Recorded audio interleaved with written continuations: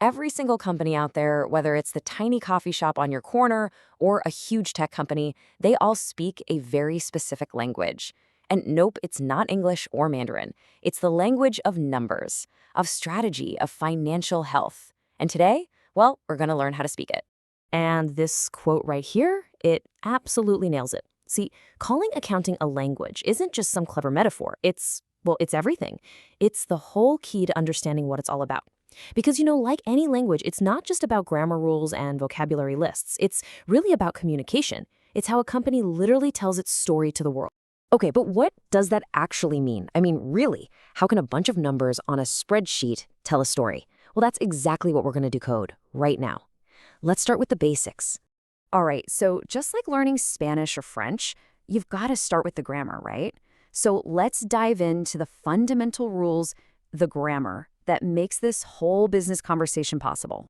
First off, let's give one thing straight. Accounting isn't just about math. Not at all. It's a super disciplined process. I mean, think of it like this. It's kind of like being a journalist. First, you've got to find the key facts for a story. Then you figure out, what's important. You write it all down super accurately.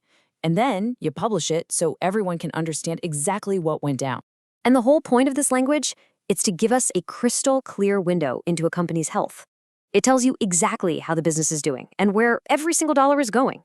Seriously, without that kind of clarity, everyone, and I mean everyone from the CEO down to a potential investor, they're just flying completely blind. Okay, so if accounting is the language, then these three statements, these are your core vocabulary words. You got to know them. Each one answers a super important question. First, the statement of financial position. That basically asks, what do we own and what do we owe? Simple. Then the statement of profit or loss. That answers, hey, did we actually make any money? And finally, the statement of cash flows shows where did our cash really come from and where did it go? Put them all together and bam, you get the whole story. All right, so we've got our grammar, we've got our vocabulary. Now for the fun part. How do we actually use this language to have a real, meaningful conversation? How does all that raw data turn into a smart business decision? This is where it all comes alive. It all starts with communicating performance, telling you how you're actually doing.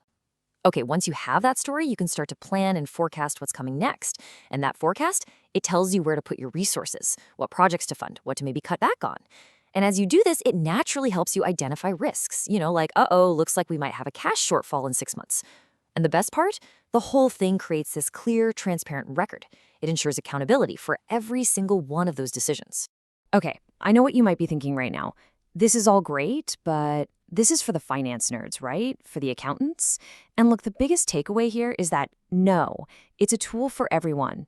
It's like the global dialect of business. And if you can speak it, it gives you a voice in the most important conversations, no matter what your job title is.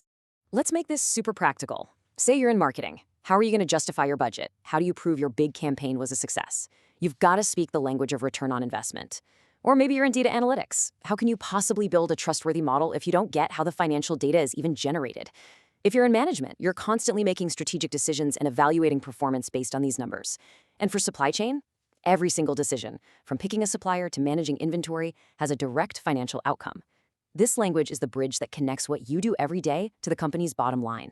So, what's the big takeaway from all this? It really comes down to developing your own financial fluency.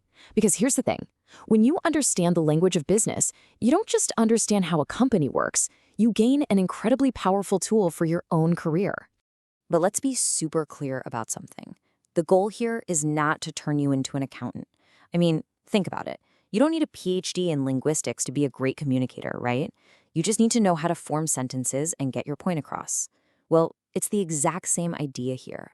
Look, the whole point is to understand the core conversation that's happening all around you. In any job, in any company, it's about being able to pull up a seat at the table, to really get the financial impact of the decisions being made, and to contribute in a way that actually matters. So the only question left is, are you ready to join the conversation?